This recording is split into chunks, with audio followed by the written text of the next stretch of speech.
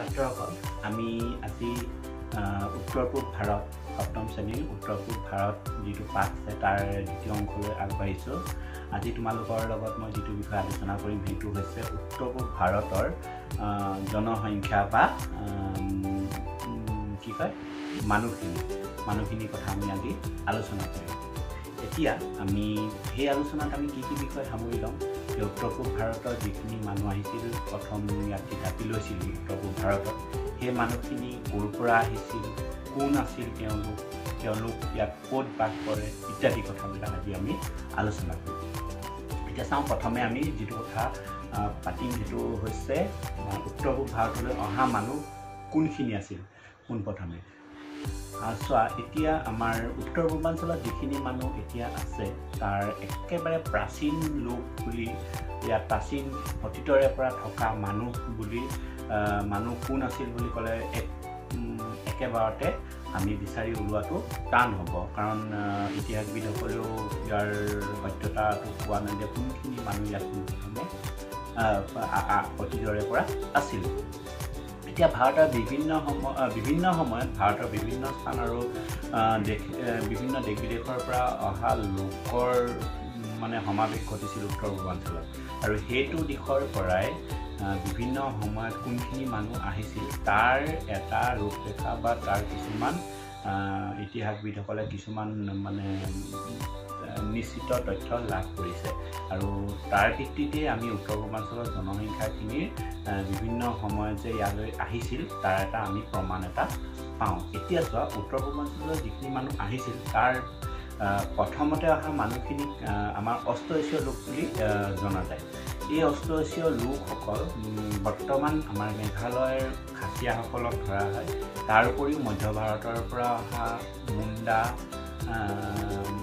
ওৰাং, চাওৰা আদি জনগোষ্ঠীৰ চাহ জনগোষ্ঠীৰ যিসকল লোক, এইসকল লোক পোনপ্ৰথমে আমাৰ বিভিন্ন সময়ত উত্তৰ পূৰ্বাঞ্চললৈ আহি উত্তৰ পূৰ্বাঞ্চলত থিতাপি লৈছিল, আৰু এই লোকসকলক অষ্ট এছীয় লোক বুলি জনা যায়। দ্বিতীয়তে আমাৰ যিখিনি মানুহ উত্তৰ পূৰ্বাঞ্চললৈ আহিছিল সেইখিনি আমি তিব্বতীয় চীন ভাষা গোষ্ঠীৰ লোক বুলি আমি ক'ব পাৰোঁ। এইখিনি লোক আমাৰ যিটো পাহাৰীয়া অঞ্চল, আমাৰ উত্তৰ পূৰ্বাঞ্চলৰ যিটো পাহাৰীয়া অঞ্চল, এই পাহাৰীয়া অঞ্চলবিলাকত মংগোলীয় প্ৰজাতিৰ যিসকল লোক আছে সেইখিনি লোকৰ তেওঁলোকৰে একে প্ৰজাতিৰ লোক হয় সেইখিনি মানুহ। গতিকে আমাৰ অৰুণাচল, নাগালেণ্ড, মণিপুৰ, মিজোৰাম, অসমৰ কিছুমান অংশ, এইবিলাক অঞ্চলত আমাৰ তিব্বতীয় চীন ভাষা গোষ্ঠীৰ লোকসকল এতিয়া বৰ্তমান আছে। তাৰ উপৰিও ব্ৰহ্মদেশৰ স্থান প্ৰদেশৰ পৰাও কিছুমান লোক আহি আমাৰ সেইখিনি সময়ত তিব্বতীয় ভাষা গোষ্ঠীৰ লোক হিচাপে আমাৰ উত্তৰ পূৰ্বাঞ্চলত থিতাপি লৈছিল। গতিকে এইখিনি লোক আমাৰ দ্বিতীয়তে উত্তৰ পূৰ্বাঞ্চললৈ আহিছিল বুলি ইতিহাসবিদসকলে খবৰ কৰিছে।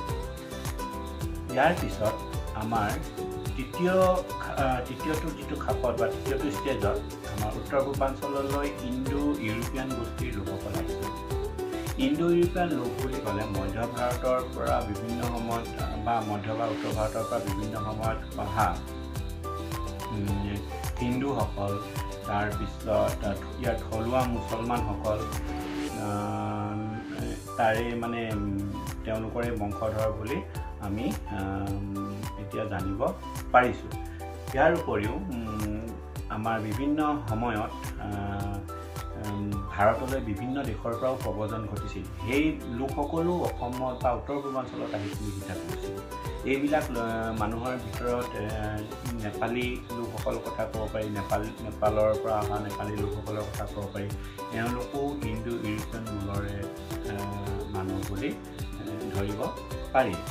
এতিয়া তাৰ উপৰিও আমাৰ উত্তৰ পূৰ্বাঞ্চলত বাংলাদেশৰ পৰাও বিভিন্ন সময়ত প্ৰব্ৰজন ঘটিছে। বাংলাদেশৰ পৰা বিভিন্ন সময়ত মুছলমান সম্প্ৰদায়ৰ আৰু হিন্দু সম্প্ৰদায়ৰ লোকৰো প্ৰব্ৰজন ঘটিছিল। গতিকে এইখিনি লোকো উত্তৰ পূৰ্বাঞ্চলত আহি ইয়াত নিগাজিকৈ থাকিবলৈ ল'লে। তো বহুত সেইটো সম্প্ৰদায়ৰ হিন্দু আৰু মুছলমান দুয়োটা সম্প্ৰদায়ৰ লোকো মেঘালয়ৰ পৰা কি কয় বাংলাদেশৰ পৰা আহি পিনি আমাৰ ইয়াত থিতাপি লৈছেহি। গতিকে এইসকল লোকো ইয়াৰ অধিবাসী হৈ পৰিছে। এই সকলোবিলাকক আমি ইণ্ডো ইউৰোপীয়ান মূলৰ মানুহ বুলি আমি ধৰিব পাৰোঁ।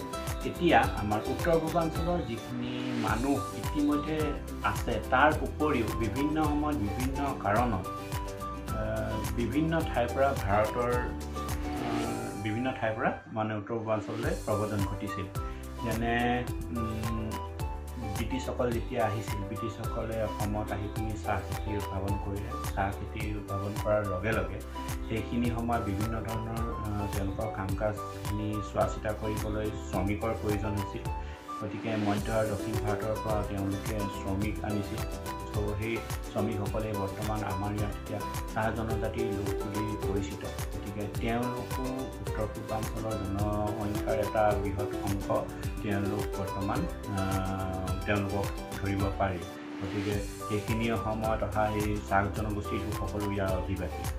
ঠিক তেনেদৰে ব্ৰিটিছসকলে বিভিন্ন সময়ত তেওঁলোকৰ যেতিয়া কাম কাজবিলাক চলি আছিল উত্তৰ পূৰ্বাঞ্চলত, তেওঁলোকৰ শাসনৰ অধীনত আছিল, বিভিন্ন কাম কাজবিলাক কৰিবলৈ তেওঁলোকৰ কলিকতা বা বংগদেশৰ পৰা বিভিন্ন ধৰণৰ মানে যিবিলাক লিখা মেলা কাম, হিচাপ নিকাচৰ কাম এইবিলাক চলাবলৈ কেৰেণী বা তেনেকুৱা অফিচৰ কাম কৰিবলৈ কিছুমান লোকক তেওঁলোকে লৈ আনিছিল। গতিকে সেইসকল লোকো আহি পিনি কৰ্মচাৰী হিচাপে, গতিকে সেইসকল লোক আহি পিনি উত্তৰ পূৰ্বাঞ্চলৰ মানে মানুহৰ অংশীদাৰ হৈছিল, ইয়াৰ থাকিবলৈ লৈছিল।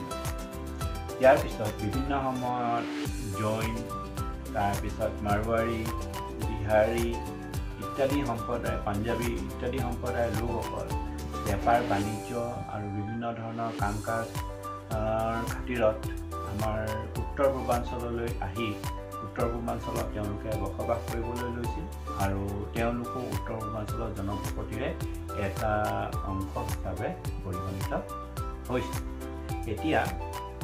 এতিয়া আমি যে গম পালোঁ উত্তৰ পূৰ্বাঞ্চলত ভাৰতৰ বিভিন্ন ঠাইৰ পৰা, আৰু মানে অকল ভাৰতৰে বুলি নহয়, ভাৰতৰ আশে পাশে থকা যিবিলাক ৰাষ্ট্ৰ আছে যেনে নেপাল, বাংলাদেশ, ব্ৰহ্মদেশ ইত্যাদি বিভিন্ন ঠাইৰ পৰা আহি লোকসকল যে থিতাপি লৈছিল, এই থিতাপি লোৱা লোকসকল আটাইবিলাকে ইয়াত আহি অমিল মিলেৰে মানে তেওঁলোকৰ নিজা কৃষ্টি সভ্যতা থকাৰ উপৰিও তেওঁলোকে কি কৰিছিল, এটা সংমিশ্ৰিত সংস্কৃতিৰ সৃষ্টি কৰিছিল। তেওঁলোকে উত্তৰ পূৰ্বাঞ্চললৈ আহিছিল আৰু উত্তৰ পূৰ্বাঞ্চলৰ যিসকল লোক আগৰে পৰা আছিল সেইসকল লোকৰ লগত মিলা মিছা আৰু তেওঁলোকৰ মাজত যোগসূত্ৰ ৰাখি তেওঁলোকৰ নিজৰ সংস্কৃতিৰ আদান প্ৰদানৰ জৰিয়তে এটা নতুন সংস্কৃতিৰ সৃষ্টি। সেইকাৰণে উত্তৰ পূৰ্বাঞ্চলৰ সংস্কৃতিটো আমি এটা বৈচিত্ৰ্যময় সংস্কৃতি বুলি ক'ব পাৰোঁ, অনৈক্যৰ মাজত এটা ঐক্য থকা সংস্কৃতি বুলি ক'ব পাৰোঁ। এতিয়া এই সময়ে সময়ে জনসংখ্যা বাঢ়ি গৈ আছে উত্তৰ পূৰ্বাঞ্চলত। এতিয়া অসম, নাগালেণ্ড, মণিপুৰ এইবিলাক ৰাজ্যত জনসংখ্যাটো দিনক দিনে বাঢ়ি গৈছে। ইয়াৰ কাৰণ কি হ'ব? ইয়াৰ কাৰণ খেতি বাতিৰ সুবিধা আছে, যাতায়াতৰ সুবিধা আছে, বিভিন্ন ধৰণৰ কাম কাজ কৰাৰ সুবিধাবিলাক আছে। গতিকে এই সুবিধাবিলাকৰ এতিয়া মেঘালয় বা শ্বিলং সেইবিলাক টুৰিষ্ট ঠাই, সেইবিলাক চাবলৈ মানুহ আহিছে মিলিছে। বিভিন্ন কাৰণত মানুহ আহিছে আৰু এই কিছুমানে বিভিন্ন কাম কাজ বা উদ্যোগ বেপাৰ বাণিজ্যৰ ক্ষেত্ৰতো আহিছে, আহি পিনি ইয়াতে থিতাপি লৈছে আৰু তেওঁলোকেও ইয়াৰ অধিবাসী কৰিছে। গতিকে বিভিন্ন সময়ত মানুহ যেনেকৈ প্ৰব্ৰজনবিলাক ঘটি আছে, তেনেকৈ নতুন সময়ত নতুন নানান মানুহ অসমলৈ বা উত্তৰ পূৰ্বাঞ্চললৈ আহি আছে আৰু তেওঁলোকো সময় সুবিধা অনুসৰি ইয়াত নিজৰ বসতি স্থাপন কৰিছে। এই গোটেইবিলাকক লগ লগাই আমাৰ উত্তৰ পূৰ্বাঞ্চলৰ আটাইকে লগ লগাই আমাৰ উত্তৰ পূৰ্বাঞ্চলৰ জনবসতিটো সৃষ্টি কৰিছে। উত্তৰ পূৰ্বাঞ্চলৰ জনবসতিৰ বিষয়ে ক'বলগীয়া ইমানখিনি আছিল। গতিকে তোমালোকৰ যদি এইটো বিষয়ত কিবা অসুবিধা থাকে প্ৰশ্ন কৰিবা। আজিলৈ তেন্তে ইমানেই, পুনৰ এটা ক্লাছ লৈ পিনি মই অন্য এটা ভিডিঅ'ত ল'ম।